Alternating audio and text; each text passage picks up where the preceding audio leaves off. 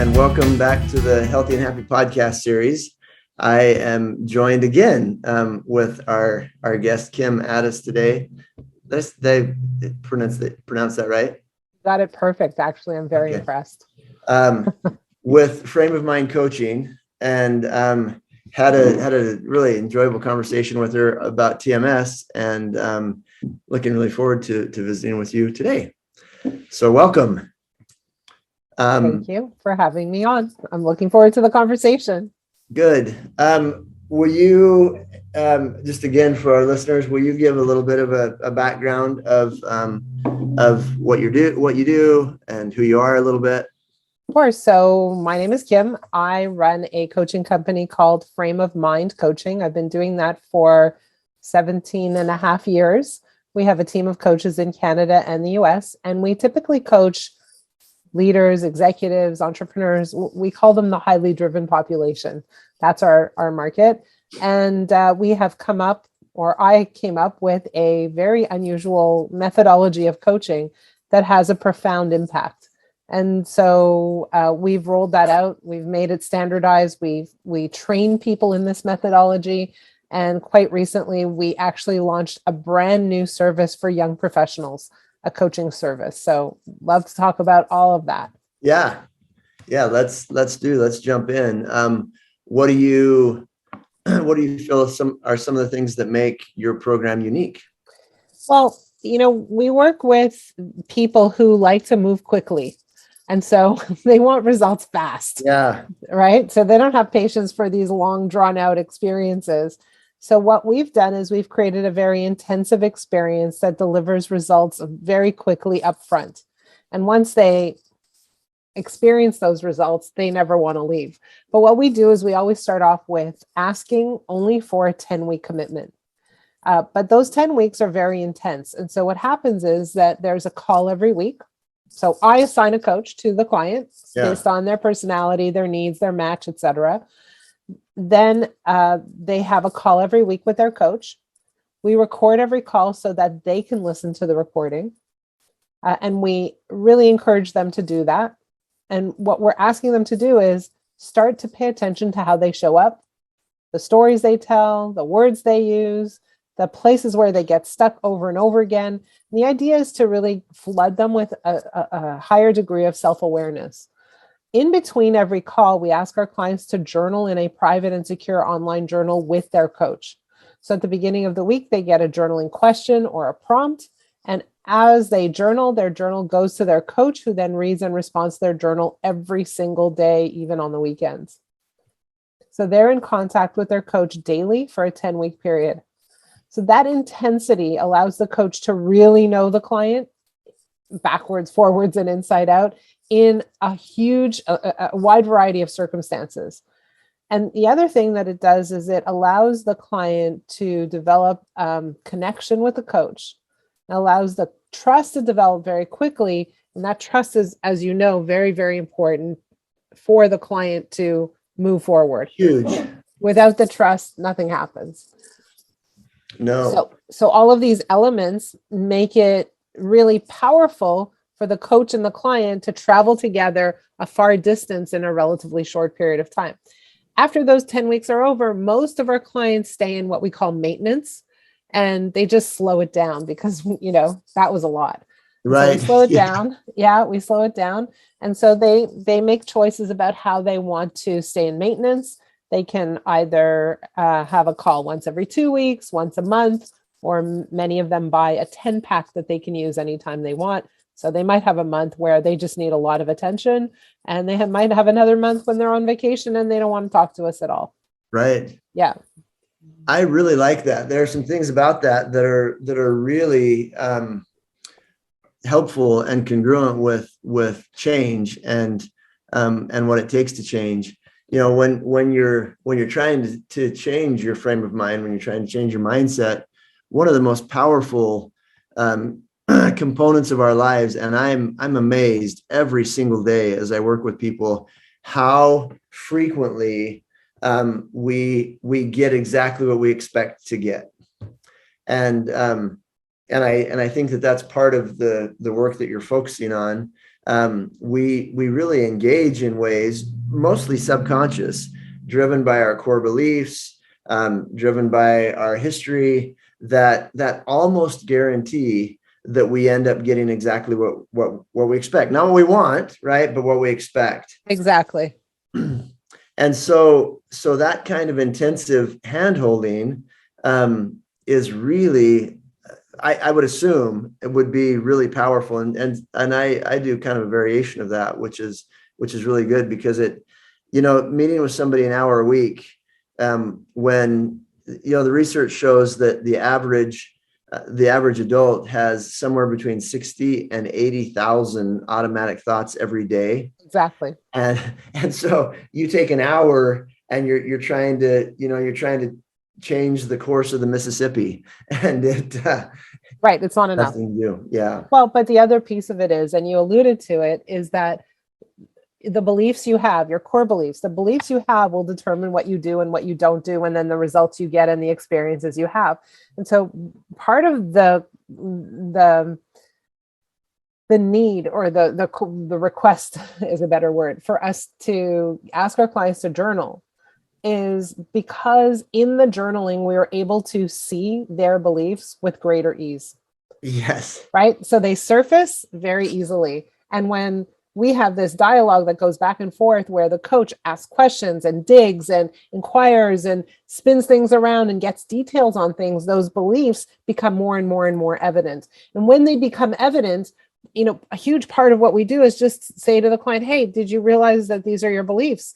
And did you realize that these beliefs are not congruent, are not aligned with the things you say you want? Yeah, where you're trying to go. Exactly. So let's look at that. And they're kind of like, whoa, never noticed that. Never thought that. Most never of the time they're probably unaware that those beliefs were even there, right? Correct. Exactly. And then we have a framework that helps people understand how to continue to kind of move themselves towards where they want to go, and catch themselves when they have beliefs that run them down. Cool. Can you talk to us a little bit about that? Well, we have a process, which is this journaling process, but then we have what we call the frame of mind coaching framework, where we have a set of principles we use. And I'll give you an example of the principle. One of the principles, it's like our foundational principle, which is what you focus on grows, right? So what you're paying attention to will expand in your experience. You'll get more of that. So I'll give you a great example. The other day I was talking to a client. He happens to be very religious, and he believes that every single person is a sinner. Well, so I don't agree with that philosophy, but that's not the point. My job here isn't to change anybody's religious beliefs. Right. But I said to him in very plain English, okay, great. What do sinners do?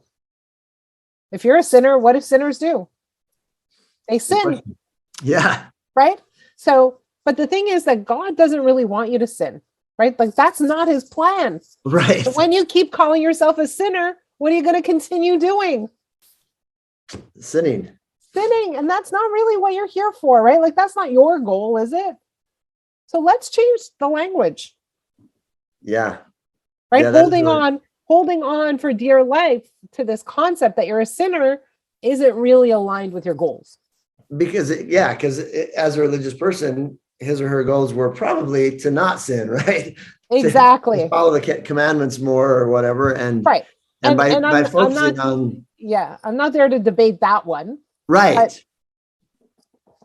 But I can see very clearly that if you believe you're a sinner, it's going to be really hard to get to where you want to go. You're going to keep sinning. Yeah.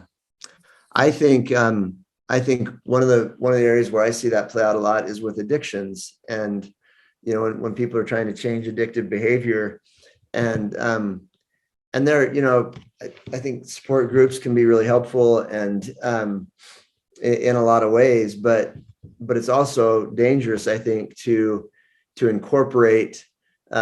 further incorporate that aspect of something that they're trying to change into their sense of identity and what they think about and concentrate on all the time. Yeah. It's funny. I coached a woman whose husband cheated on her once. And so she decided to, be part of this group. I said, well, tell me about the group. She goes, well, I said, who's in the group? She goes, the betrayed. I'm like, wait a minute. I said, don't tell me that you're going to walk around through life calling yourself the betrayed. I'm the person who was betrayed. Right. I said, that's not how you want to walk through life. No, that's because that's not how you want to feel. That's not how you want to feel. That's not how you want to think about yourself. That's not what you want to continue to bring into your world. Like, that just doesn't work. No, it doesn't. And the verbiage that I use around that is that whatever we focus on is amplified. There you go. We're on the same page. Yeah. And it really blows up. It just takes up more and more of the screen, the more that we focus on it. That's a really powerful paradigm. And it's so crazy how subtly we engage in our lives to set things up to get us what we expect to get.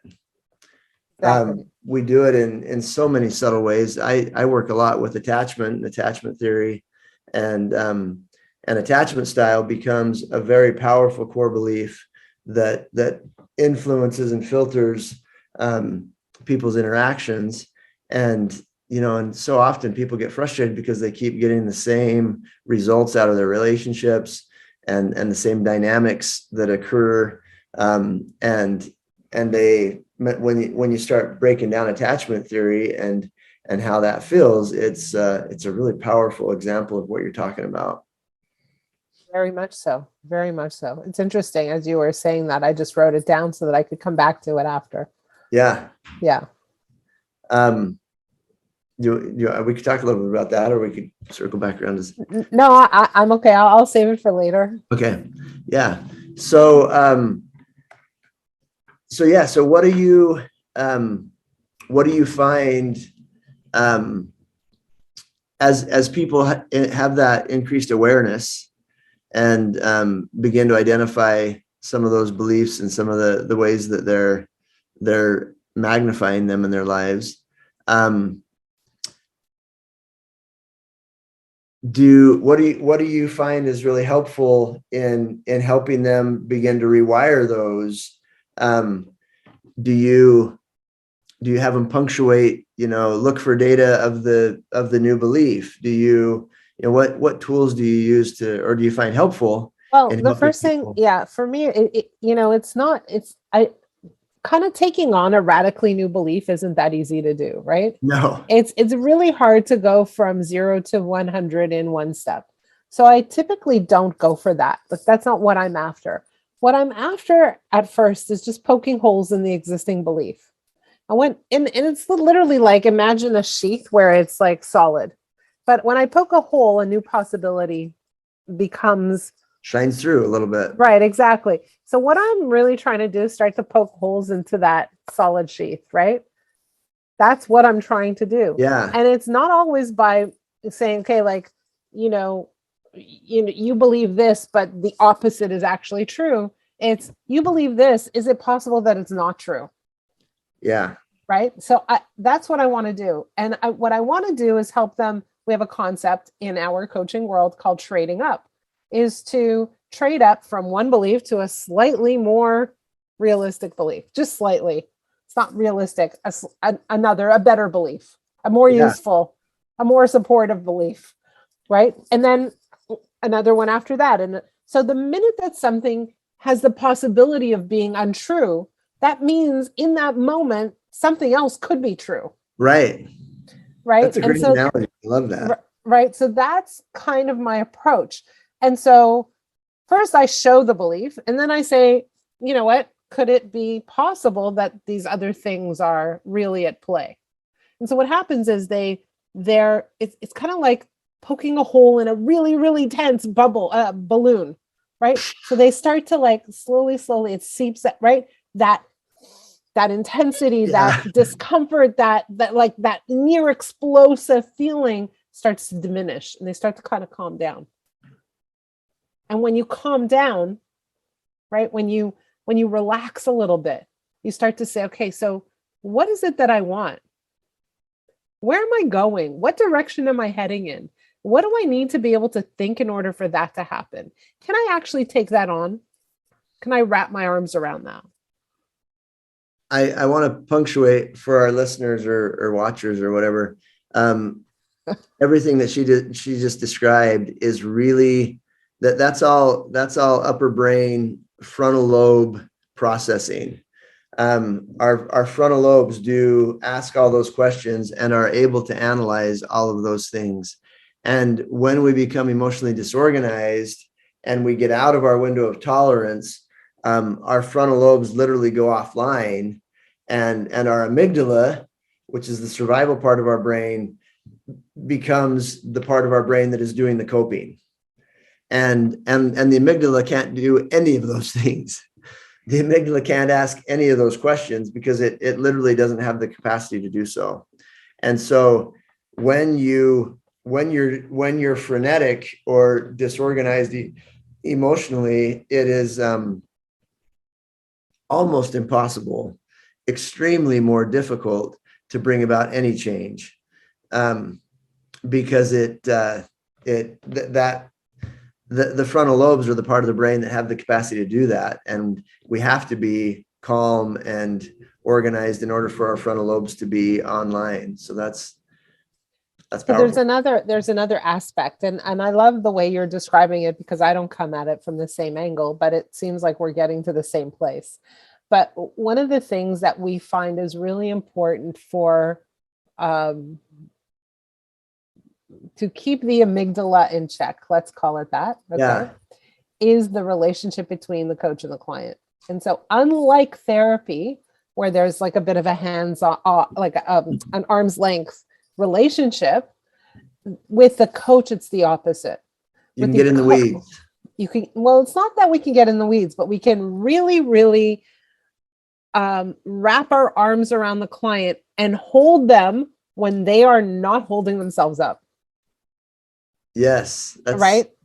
And so when they are in that state of flight or fight, and they're journaling every day, the coach does not wait a week for that moment of intensity to pass. The coach steps in and provides that support, which allows for calmness to occur in a just-in-time manner.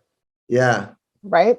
Kim, I love that. That's it's what we call a safe holding environment. Right. And to be able to provide a safe place to be able to explore things is huge. Again, kind of interestingly, back to attachment, the two things that the literature has shown to be able to change an attachment style.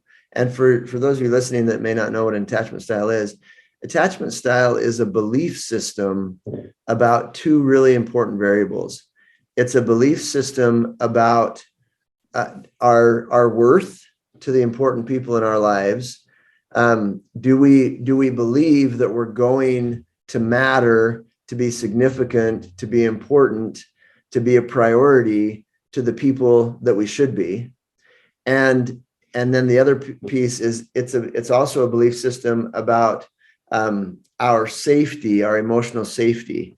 Do we expect people to be sensitive and available to us in times of need?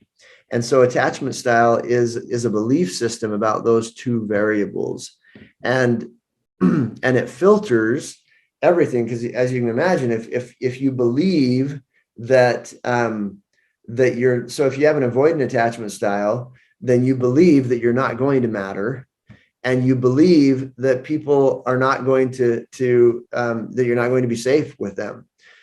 So consequently, the avoidant brain is very slow to warm up, keeps people at bay, slow to trust, slow to be vulnerable, because they have a belief that you're just going to let me down. And so why would I let you in? And so if you can imagine, if you have that belief, then you engage in relationships defensively. You engage like this. You're cautious and you're careful. And as you engage with somebody like that, it doesn't feel very good. And so the two things that the literature has shown to be effective in rewiring attachment style are a long-term healthy relationship, either with an individual or with a therapist or a coach, because the brain has to relearn that it's okay to trust somebody, has to relearn that it's okay to matter, to expect to matter, and to engage in a way that allows that. And so what you're describing is a scenario where the client's brain is going to be receiving new data, that's going to be challenging, poking holes in just by the interactions that the coach is having with him or her. It's going to be poking holes in that very core filter of their attachment style. So I love that. Right. And the frequency with which our coaches interact.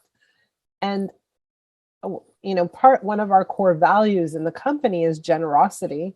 And what we mean by generosity is generosity of spirit, generosity of time, generosity of presence, is for the coach to show up when they're not expected to show up, which means you show up not just when you have a coaching session.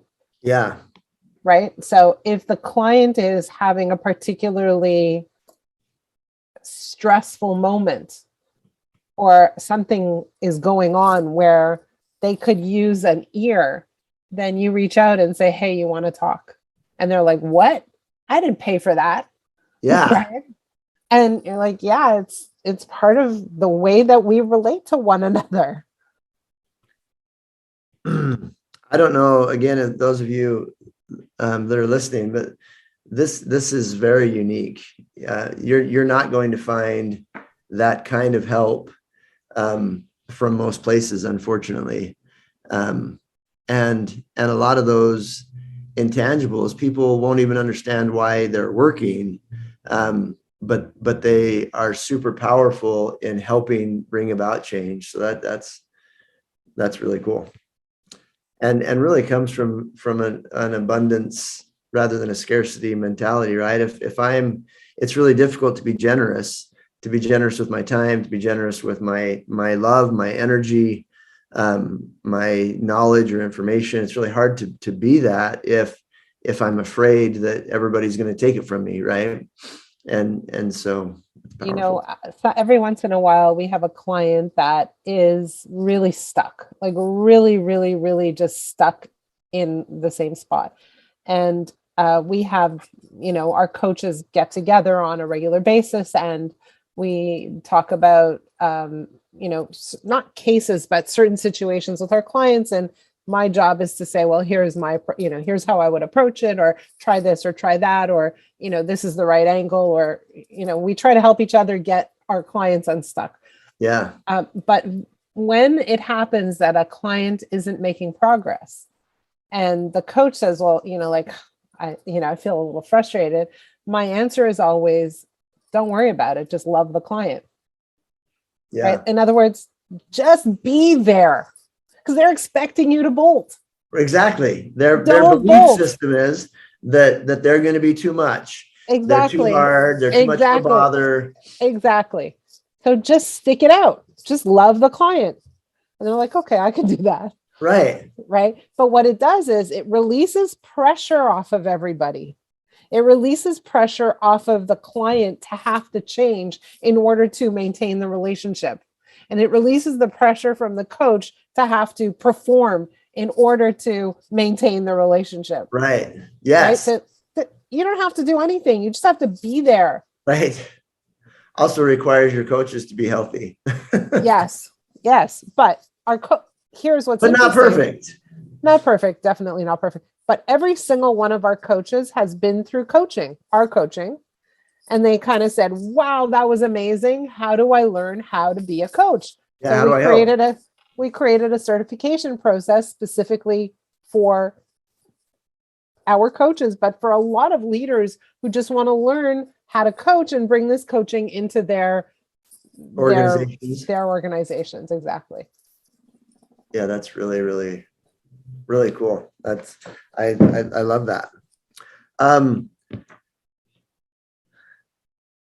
did you decide to, this is a totally, kind of tangential, but also I think important perhaps. How did you decide to get into this?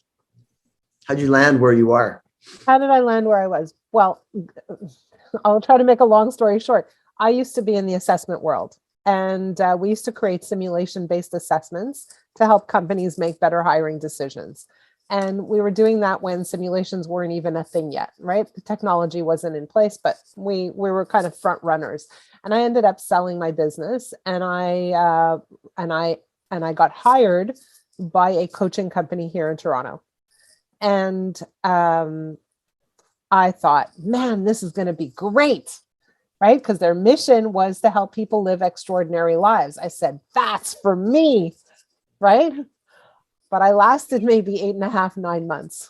And that happened for two reasons. One is I think I'm unemployable. Like I just can't work for someone. It's just not in my DNA. I don't know if that's an attachment theory problem, but whatever. It might be. But I just couldn't. And then the second part of it was that I had a chance to observe how they coached. And I thought to myself, I think they're doing it wrong. Yeah. I think there's a better way. And I thought, those two statements might be correlated with each other, Kim. Yeah. Okay. Well, maybe I can use a session or two. But the point is that I thought, you know what, coaching, helping people reach their goals is not about holding them accountable. It's not what this is about. People know what to do. They're just not getting it done. So the question is why? What's actually holding them back? What's going on here? If I could get into their heads and understand how they see themselves in the world, how they think, how they process all the things that are happening to them. If I could get there, then I could really make a difference. And that's when I said, I think I'm going to try becoming a coach. I'm going to try this out. I have this thought. I have this idea. And that's how it started. And at first, honestly, I just had some kind of deep intuitive thoughts about like, how should this go? It should go very differently from traditional coaching. That's really cool. It sounds like, it's kind of attachment-based coaching, which is cool. Well, I need to learn more about that. We'll have to talk afterwards. Yeah, that's what we're about here at Healthy and Happy too. Everything that we do gets filtered through that. What are the core values that run Frame of Mind? So generosity is one of them. And by generosity, again, we are generous. Everything we do is internal and external. Okay, so generosity with our clients, but generosity inside the company with one another. So that's one. The next one is a focus on leadership. So we coach leaders, we coach the highly driven population, but we also want to be leaders in our field. So we push forward. So for example, as I mentioned before, we just launched a new service. It's called the Journal That Talks Back for young adults, where they get to journal with a coach as much as they want. They can journal once a week, once a day, 16 times a day. It doesn't really matter. There's a real live human coach who will read and respond to their journals. So it's just the journaling component. So leadership is the second one. The third one is to have integrity. So we do what we say. So when we say, you know what, every single day that you journal, your coach will read and respond to your journal. Our coaches do show up, right? We keep our promises and go above and beyond our promises. The fourth one is that we live with a sense of well-being. So we take care of ourselves. Like that's at the forefront. We're here to help you with your well-being, but at the same time, it's very important that we're healthy too. So we're here for ourselves as well as for you. And if we're not well, we can't serve you. So that gives you a sample of our core values. Yeah, that's really good. You can't give what you don't have. Can't give what you don't have. Exactly. And if you're not taking good care of yourself, then you don't have any resources to give anybody else. Yes. And so we call that personal development, right? Yeah. So our focus is there. That's really good. Really, really good. Um, what are the biggest challenges that you see in helping people? I think that, it's funny. I wrote a piece the other day, and I think the biggest challenge is that when people look for a coach or when they think about coaching, they have no idea what they're getting. They just have no clue. It's not like buying, a pen. Sorry, Right. through my pen. A pen where you could see it, feel it, touch it, use it on a sample piece of paper and see how it feels. Coaching is a bit of Crapshoot. it's a crapshoot. And so I think that's a huge issue in the world of coaching. And so we're trying to address that in a bunch of different ways. We're actually launching a brand new coaching program that is group coaching, where they're in a small group of people with a seasoned coach, and they can journal with the group. They have a call once a month, and then they have a one-on-one call as well once a month. But the idea is they get to try it for free for a month. So That's that cool. we remove the crap from the chute, right? Yes. Yeah. So that they know what they're getting into. They know what to expect. They know what it feels like, looks like, sounds like. And they know what, right? No surprises. Come and give it a try for a month. Yeah, it's even worse than buying stuff online that you can't try on first. Right? Exactly. Right. Because you buy stuff online, you can return it. Yep. Yeah, you can. You need to be able to. It's really frustrating when you can't. Yeah. And so it's a huge investment to make on our part as well, right? But we're kind of saying, hey, if you're willing to invest the time and really give it your focus and your energy, we will meet you there. You have, I think, kind of a unique component to what you do as well in the journaling. Why journal? Why journal? I've always been a journaler myself, and I think journaling in and of itself is extremely powerful. It's extremely effective. It really helps you to understand how you're thinking, how you're feeling, and lay it down. It helps you to put your thoughts outside of yourself and be able to look at them and examine them.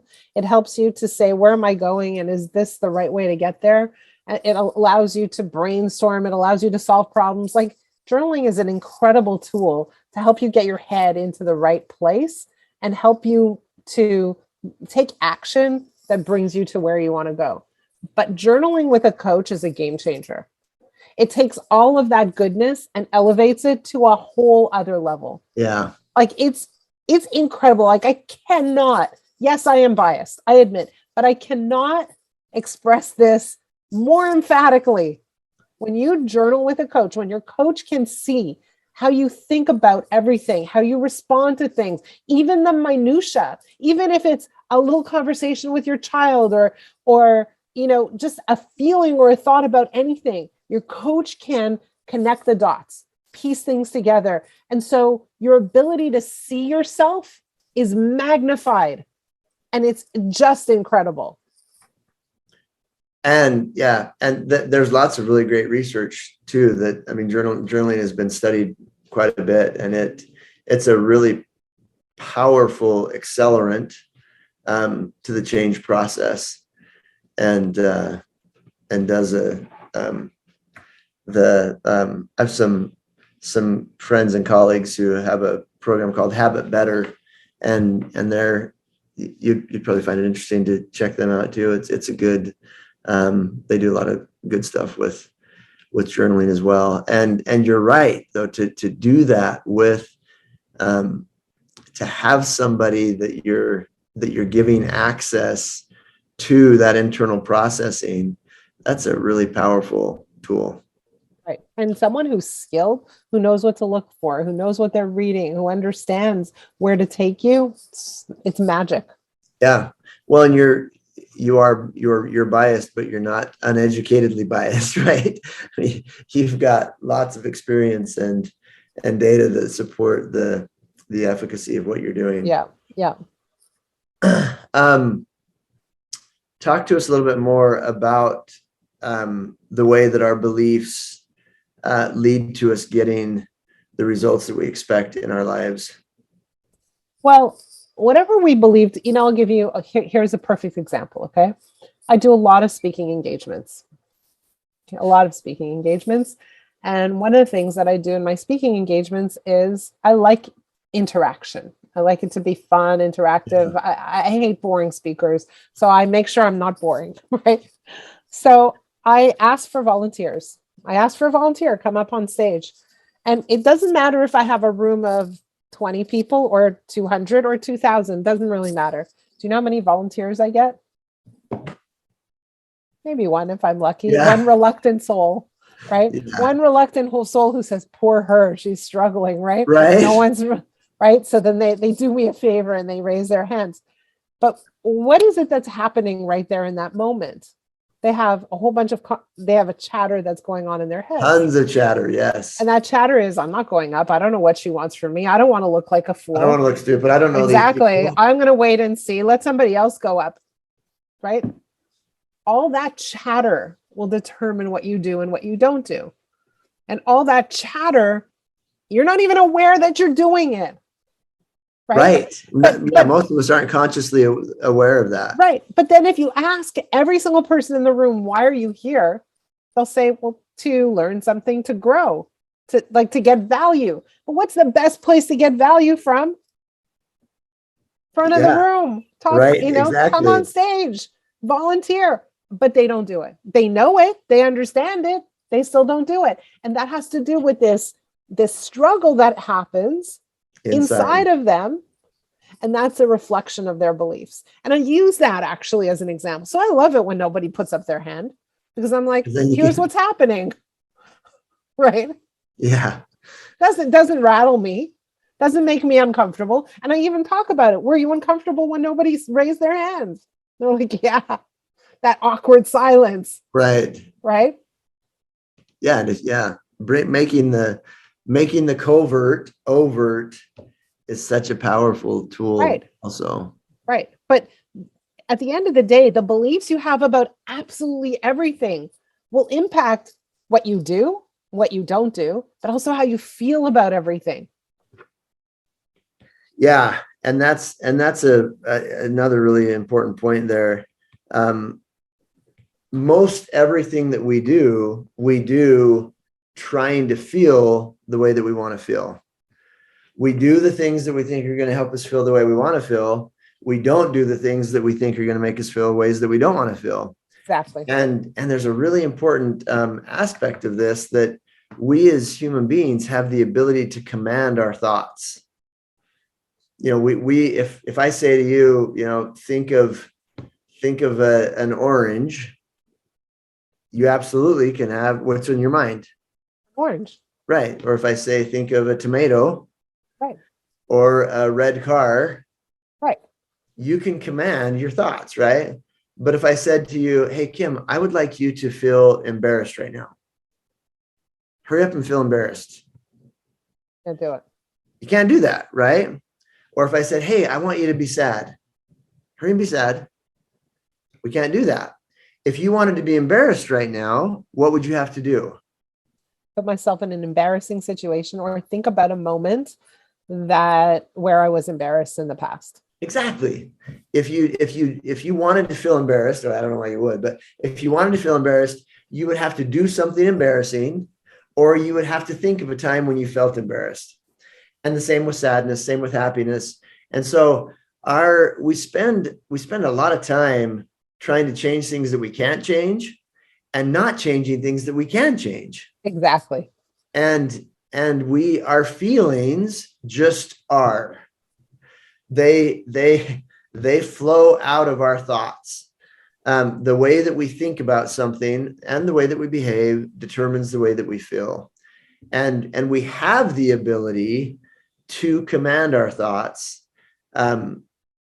Unfortunately, most of us don't take advantage of that. Agreed. 100%. So part of the work that we do is we reassign responsibility. Okay, so we help clients to take responsibility for themselves, for their thinking, for their emotional state, for the things they do and the things they don't do. And we ask them to release others of responsibility for making them happy. We say they're I love that. They're not They're not in charge of your happiness. You are. Let's let them off the hook. But also, let's let you off the hook from trying to make them happy. It's not in your hands.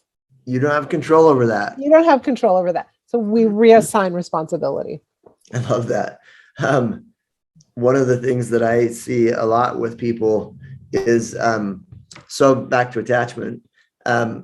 When there's an attachment moment is anytime we're disorganized emotionally, and we can be disorganized emotionally either because we're having a negative emotion or a positive emotion, right? I might be really jazzed about something, really happy. I might be turned on, or I might be sad or nervous or embarrassed, right? Anytime we're experiencing an intense emotion, that's an attachment moment. And the research, there's so much research that shows that the most effective tool to helping us get reorganized emotionally is a healthy attachment relationship. And so when we are in an attachment moment, what that's supposed to trigger us vulnerably turning toward our attachment figure. And then when they respond with sensitivity and availability, we get reorganized emotionally. So when we're disorganized emotionally, there's a really important crossroads right there. And then when we vulnerably turn towards somebody, there's a really important crossroads right there. And the crossroads that you're referencing is that first crossroads. The biggest mistake that I see adults make when it comes to attachment is not turning to their attachment figure when it's healthy to do so. And so, because we want it to be the other person's responsibility. If I'm hurt, I want you to notice that I'm hurt and come to me. I don't want it to be my responsibility to ask you to be there for me in my attachment moments.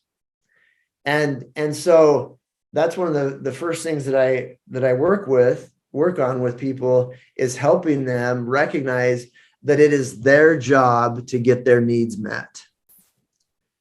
It's not your job to read my mind. It's not your job to know that when I distance myself a little bit and turn away, that I'm really asking you to come pursue me. It's my job to say, hey, Kim, will you, I need you. I'm scared right now or whatever. And so that personal responsibility piece is so powerful. It's interesting because you're using different language, but it's fascinating. Like very, very interesting what you do. Well, and that's one of the cool things. We talked a little bit about the core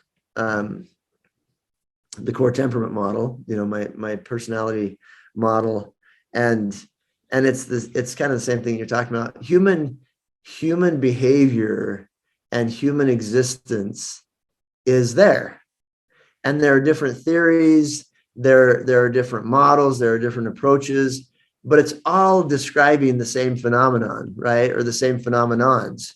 We're talking about change and how to help people. We're talking about what motivates us to do things. We're talking about what gets in the way of us making changes. And so there are lots of different words to describe the same things because we're all human beings. Very interesting. Yeah, it is. It's kind of, I think people are really fascinated. You sent me an assessment and I didn't do it, but now I definitely will. Good. I have to dig it up because you sent it to me on my phone. I'm like, I can't do it on my phone. I need to do it on my computer. You want me to email it to you? Yes, please. Okay, I'll email it to you. Yeah, I'm a little curious to see what your core temperament is. Yeah, I'm afraid to find out.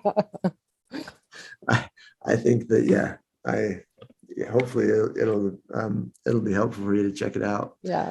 Well, any kind of last thoughts or closing thoughts that you'd like to share with people? Honestly, I think that every single person struggles in one way or another, right? Like nobody's exempt. And the question is, what are you going to do with that struggle? And I think I often ask people to think about two questions. First question is, what is it that you actually want? What do you want? Right? Like, so you're sitting in your struggle, but what do you want? Forget about your struggle for a brief moment. What do you want? And write it down like a journal. Write it down like a journal. What is it that you really, really want? And the second question is, and this starts to allow us to see the beliefs that you have that are getting in the way. And the second question is, so what's stopping you from having what you want? And so those two questions are, I think, very impactful in terms of revealing, right, where you want to be getting to, but what's actually stopping you from getting there. Yes. And honestly, I invite people to send me their journals if they're willing to. So please, I invite anybody who wants to send me your journal. I'll read it. I'll give you some thoughts, some feedback. Yeah. And if you're okay with it, I'll give everybody my email address. Yes, please It's do. Kim@frameofmindcoaching.com. Kim@frameofmindcoaching.com. And I can't recommend her enough, frankly. Delightful to visit with you. And I'm really, again, different words, a little different approach, but I am so impressed with what you're doing and why it works, because the safe holding environment that you're providing your clients, and it's attachment, and with really clear executable tools. And so I encourage all of you to go check out Kim's program and share it with your friends, and do all that you can because this is unique. It really is unique, and it's special. And so I laud what you're doing. Way to go. Coming from a doctor, wow, you just made my day.